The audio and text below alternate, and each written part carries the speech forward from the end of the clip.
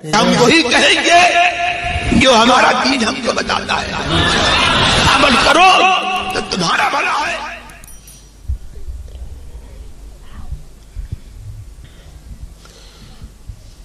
الحمدللہ رب العالمین والصلاة والسلام علی سید الانبیاء والمرسلین، اما بعد فاعوذ باللہ من الشیطان الرجیم، بسم اللہ الرحمن الرحیم۔ وَلَقَدْ خَلَقْنَا الْإِنسَانَ وَنَعْلَمُ مَا تُوَسْوِسُ بِهِ نَفْسُهُ۔ صدق اللہ مولانا العظیم۔ حصول برکت کے لیے بارگاہ رسالت مآب صلی اللہ تعالیٰ علیہ وسلم میں درود و سلام کا ہدیہ پیش کر لیں۔ اللہم صلی علی سیدنا و شفیعنا و حبیبنا و مولانا محمد وبارک وسلم، صلاۃ و سلام علیک یا رسول اللہ صلی اللہ تعالیٰ علیہ وسلم۔ نماز میں وسوسے پیدا ہونا اور نماز میں دل نہ لگنا اور خشوع و خضوع حاصل نہ ہونا، یہ عام لوگوں کی ایک عام پریشانی ہے، ورنہ جو اللہ کے خاص بندے ہیں ان کی نمازیں تو اللہ کی محبت میں ڈوب کر کے اس طرح خشوع و خضوع کے ساتھ میں ادا ہوتی ہیں کہ اس کی کیفیت اور لذت کا اندازہ عام لوگ نہیں کر سکتے ہیں۔ لیکن عام لوگوں کی یہ شکایت رہتی ہے کہ جب میں نماز کے لیے کھڑا ہوتا ہوں تو طرح طرح کے وسوسے آتے ہیں، نماز میں ذہن ادھر ادھر بھٹکتا رہتا ہے اور نماز کی حالت میں خشوع و خضوع نہیں ملتا۔ جو نماز کا لطف اور مزہ ہے، نماز کی جو چاشنی اور حلاوت ہے، وہ نماز کے اندر مجھے حاصل نہیں ہو پاتی۔ تو اس حوالے سے ہمارے بزرگوں نے اور خاص طور سے احادیث پاک کے اندر بڑی شاندار رہنمائی ملتی ہے۔ ایک بزرگ کی بارگاہ میں ایک شخص گیا اور اس نے جانے کے بعد میں یہی سوال کیا کہ حضور، جب میں نماز پڑھتا ہوں تو مجھے نماز میں مزہ نہیں آتا، نماز میں مجھے لطف نہیں حاصل ہوتا۔ تو اس بزرگ نے پوچھا کہ تم پھر بھی پڑھتے ہو کہ نہیں پڑھتے ہو؟ کہا حضور پڑھتا تو ہوں۔ فرمایا کہ اس کا مطلب یہ ہوا کہ تم واقعی نمازی ہو، تم صرف مزے کے لیے نماز نہیں پڑھتے ہو، تم کو مزہ نہیں آتا نماز میں، اس کے باوجود بھی تم نماز پڑھتے ہو، اس کا مطلب تم اللہ کی محبت میں نماز ادا کرتے ہو۔ تو اگر بندے کو لطف آئے تب تو سبحان اللہ، اور اگر لطف حاصل نہ ہو اس کے باوجود بھی اپنے نفس کے اوپر جبر کرے اور شیطان اور نفس کے بہکاوے میں نہ آ کر کے پوری توانائی کے ساتھ میں مسجد میں حاضر ہو، نماز پڑھے، تو اس کا مطلب یہ ہوا کہ وہ بندہ اللہ کی محبت کے اندر نماز ادا کر رہا ہے۔ اور یہ جو وسوسوں کا جو سلسلہ ہے، یہ نفس اور شیطان کی طرف سے وسوسے ہوتے ہیں۔ شیطان یہ نفس سے جو ہے وہ سانٹ گانٹ کرتا ہے اور پھر نفس جو ہے وہ اسے طرح طرح کی باتوں کے اندر الجھا کر کے رکھ دیتا ہے، تاکہ جب بندے کو نماز میں لطف نہ آئے تو نماز کے اندر کائلی اور سستی کرے اور نماز پڑھنے کے لیے نہ آیا کرے اور دھیرے دھیرے اسے بے نمازی بنا کر کے رکھ دے۔ تو یہ شیطان کا ایک حربہ ہے اور شیطان اس طریقے سے لوگوں کو نیک کاموں سے روکنے کی کوشش کرتا ہے۔ حضرت محمد ابن قاسم رضی اللہ تعالیٰ عنہ کی بارگاہ میں بھی ایک شخص آیا اور اس نے آ کر کے یہی بات کہی کہ جب میں نماز پڑھتا ہوں تو مجھے نماز کے اندر طرح طرح کے وسوسے پریشان کرتے ہیں۔ تو حضرت محمد بن قاسم رضی اللہ تعالیٰ عنہ نے فرمایا کہ تو نماز ادا کرتا رہے، اس لیے کہ وسوسے تو آتے ہی رہیں گے، یہاں تک کہ تو یہ کہہ دے گا کہ میں نے تو نماز پڑھی ہی نہیں، میری نماز صحیح نہیں ہوئی۔ شیخ عبدالحق محدث دہلوی نے فرمایا کہ اس کا مطلب یہ ہے کہ جب تجھے نماز کے اندر وسوسے آئیں تو تو یہ کہہ دے کہ اے شیطان، تو کہتا ہے کہ میری نماز صحیح نہیں ہوئی، تو صحیح نہیں ہوئی، میں دوبارہ اپنی نماز نہیں پڑھوں گا، اس لیے کہ میرا رب کریم ہے، اللہ تعالیٰ میری اسی نماز کو اپنی بارگاہ میں اپنے کرم سے قبول کر لے گا۔ جب شیطان کو اس طرح دھتکار دیا جائے گا تو خود ہی بھاگتا ہوا نظر آئے گا۔ حضرت علی رضی اللہ تعالیٰ عنہ نے اس مقام پہ بڑی پیاری بات فرمائی۔ آپ فرماتے ہماری نماز میں اور یہود و نصارہ کی عبادت میں یہی فرق ہے کہ کہ ہماری نماز میں وسوسے آتے ہیں اور یہود و نصارہ کو عبادت کے اندر وسوسے نہیں آتے ہیں، تو ہماری نماز اور ان کی عبادت کے درمیان وسوسوں ہی سے فرق ہوتا ہے۔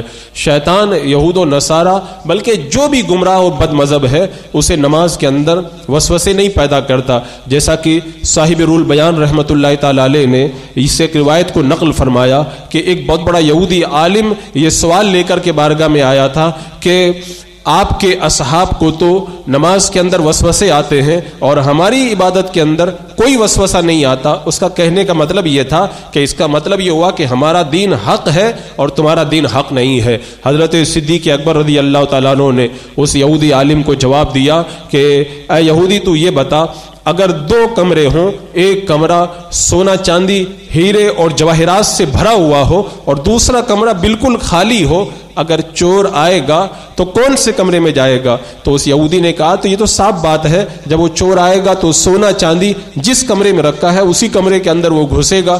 حضرت صدیق اکبر رضی اللہ تعالیٰ عنہ نے فرمایا کہ دوسرے کمرے میں کیا وہ نہیں جائے گا؟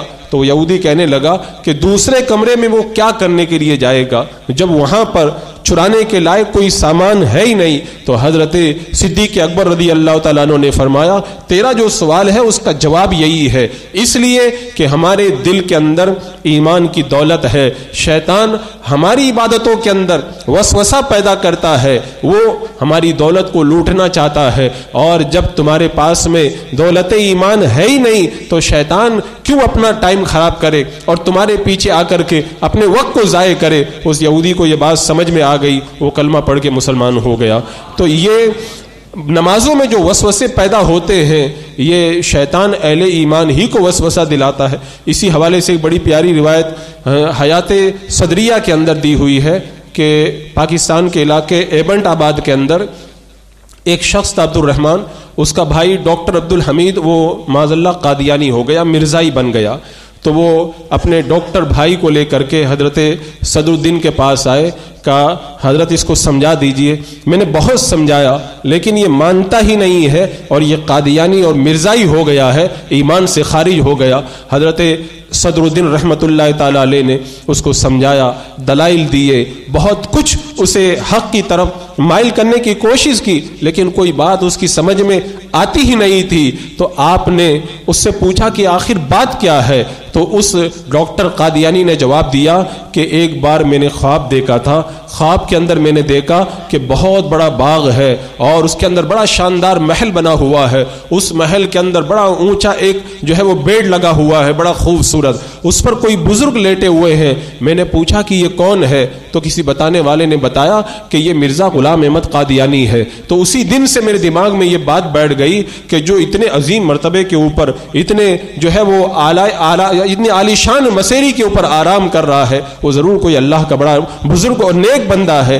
اسی دن سے میں قادیانی بن گیا، اور پھر جب سے میں قادیانی بنا تب سے مجھے نمازوں میں بڑا لطف آتا ہے، عبادتوں میں بڑا مزہ آتا ہے۔ میری ساری زندگی برباد ہو گئی، کبھی مجھے نمازوں میں مزہ نہیں آیا، لطف نہیں آیا، عبادتوں میں کوئی چاشنی نہیں ملی جو لطف اب مجھ کو قادیانی بننے کے بعد مل گیا ہے۔ آپ نے اس ڈاکٹر کے بھائی کو بلا کر کے کہا کہ یہ کچھ دیکھ چکا ہے، اب یہ دلیل سے ماننے والا نہیں ہے، اس کو اب کچھ دکھانے کی ضرورت ہے۔ فرمایا اس کو لے کر کے چلے جاؤ۔ اب وہ اپنے ڈاکٹر قادیانی بھائی کو لے کر کے وہاں سے روانہ ہوا۔ 2 دن کے بعد میں وہ عبد الرحمن نامی شخص دوبارہ اس قادیانی بھائی کو لے کر کے آیا، کہا حضور یہ کلمہ پڑھ کے مسلمان ہو گیا ہے۔ پوچھا کیوں مسلمان ہو گئے؟ کہا حضور میں نے پھر وہی خواب دیکھا، خواب میں نے دیکھا کہ بڑا عالی شان جو ہے وہ باغ ہے اور بڑا شاندار اس کے اندر بنگلہ ہے، اور اسی تخت پر وہی بزرگ لیٹے ہوئے ہیں۔ میں نے پوچھا کہ کون ہے؟ تو بتایا گیا کہ یہ مرزا غلام احمد قادیانی ہے۔ میں نے سوچا کہ چہرہ تو دیکھ لوں اتنے بڑے بزرگ کا۔ میں آگے بڑھا اور جیسے ہی میں نے چہرے سے پردہ ہٹایا تو میری چیخ نکل گئی کہ اس تخت کے اوپر ایک خنزیر لیٹا ہوا تھا۔ اللہ اکبر! میں سمجھ گیا کہ جو میں نے خواب دیکھا تھا وہ میں نے ادھورا خواب دیکھا تھا، پورا خواب یہ ہے کہ یہ بدبخت خنزیر کے اندر بدل چکا ہے۔ فوراً قادیانیت سے میں نے توبہ کی اور میں کلمہ پڑھ کے دوبارہ صحیح معنوں کے اندر مسلمان ہو گیا۔ اب حضرت صدر الدین رحمت اللہ تعالی علیہ سے کسی نے پوچھا کہ حضرت اس کو نماز میں جو قادیانی بننے کے بعد میں بڑا لطف آتا تھا، قادیانی بننے کے بعد میں نماز میں جو مزہ آتا تھا، یہ مسئلہ تو ابھی حل نہیں ہو پایا، پہلے اسے لطف نہیں ملا، قادیانی بننے کے بعد میں نماز میں لطف کہاں سے اسے مل گیا؟ فرمایا کہ تم بالکل جو ہے وہ بیوقوف ہو، اتنی بات بھی تم نہیں سمجھ پائے کہ نماز کے اندر شیطان دل و دماغ کو پراگندہ کرنے کے لیے وسوسہ ڈالتا ہے تاکہ دل و دماغ الجھ جائے اور بندے کو نماز میں لطف نہ آئے اور بندہ نماز کو چھوڑنے لگ جائے۔ جب یہ قادیانی بن کر کے گمراہ ہو گیا تو اس کا دماغ تو پہلے ہی سے خراب ہو گیا، اب شیطان کو کیا پڑی ہے کہ اس کے پیچھے اپنا ٹائم خراب کرے، کیونکہ شیطان اس بات کو جانتا ہے کہ جب ایمان نہیں رہتا تو کوئی عبادت اللہ کی بارگاہ میں قبول نہیں ہے، اسی لیے بے ایمانوں کے چکر میں وہ اپنا ٹائم خراب نہیں کرتا۔ وہ اگر بہکاتا ہے، نماز میں وسوسے لاتا ہے اور نماز کے اندر اگر کسی کی خلل ڈالتا ہے تو وہ اہل ایمان کی نمازوں کے اندر وسوسے اور خلل پیدا کیا کرتا ہے۔ عزیزان مکرم، یہ بالکل حقیقت ہے، اور آپ بہت سارے لوگ آپ میں سے بھی کہتے ہیں کہ وہ فلاں دیوبندی اور وہابی ہے، وہ بہت نماز پڑھتا ہے، بہت تلاوت کرتا ہے، وہ تو پورا دن تسبیح پڑھتا رہتا ہے۔ شیطان نے ان کو چھوڑ دیا ہے، شیطان کو پتا ہے ان کو وسوسے دلا کر کے کچھ بلا وجہ اپنا ٹائم خراب کرنا ہے۔ یہ جب پہلے ہی سے برباد ہے تو اسے برباد کرنے کی ضرورت نہیں، برباد تو اسے کرنا ہے جو سچا عاشق رسول ہے، اہل سنت و جماعت میں سے ہے، تاکہ اس کو جب نیک کاموں سے روکا جائے تو عذاب کے اندر گرفتار کیا جا سکے۔ عزیزان مکرم، بالکل سچی بات ہے، اور ہمارے بزرگوں نے اس کی بڑی پیاری مثال دے کر کے بتایا۔ اگر کوئی بھیکاری بھیک مانگنے کے لیے کشکول لے کر کے نکلے، کتا اس کے پیچھے پڑ جائے، بھیکاری کہے کہ پہلے کتے سے نپٹ لیتا ہوں، اس کے بعد میں جو ہے میں اپنا کمانے کا کام چالو کروں گا۔ اب وہ کتے کے پیچھے دوڑے، کتا کبھی اس گلی میں کبھی اس گلی میں، وہ پورا دن اس کا ایسے ہی برباد ہو جائے گا اور کچھ بھی پیسہ نہیں اکٹھا کر پائے گا۔ بھیکاری کو کیا چاہیے؟ بس لکڑی ہاتھ میں رکھے اپنا کام سے کام کرے، بس اس لکڑی کے ذریعے کتے سے اپنے آپ کی حفاظت کرے۔ فرماتے ہیں بس یہی حال شیطان کا بھی ہے، جب تم نماز پڑھو شیطان بھونکنا شروع کر دے تو اس کے چکر میں مت پڑو، بلکہ تم اپنا کام سے کام رکھو، اپنا کام کھوٹا مت ہونے دو۔ ہاں یہ ہے کہ اگر وہ تمہیں گناہ کی بات کرنے یا گناہ کا کام کرنے کے لیے آمادہ کرے تو اس وقت اس کو ڈنڈا دکھاؤ تاکہ یہ کتا بھاگتا ہوا نظر آئے۔ عزیزان مکرم، نماز کے اندر اہل ایمان کو وسوسے آتے ہیں، جیسا کہ حدیث پاک میں اللہ کے رسول صلی اللہ تعالی علیہ وسلم نے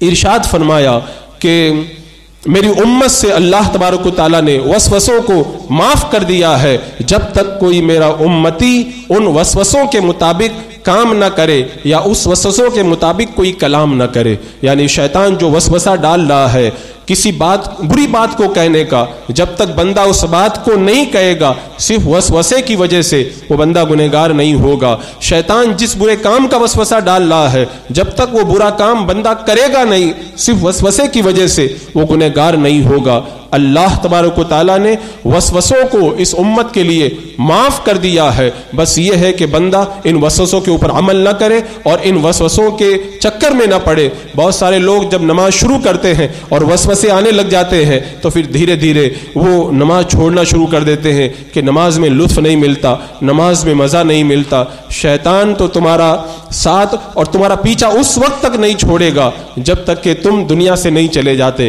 لہذا اس کتے کے چکر میں پڑھنے کی ضرورت نہیں ہے۔ نماز اگر لطف ملتا ہے تو سبحان اللہ تب بھی پڑھو، اور لطف نہیں ملتا ہے تب بھی پڑھو، اس لیے کہ اللہ نے اس کو فرض قرار دیا ہے۔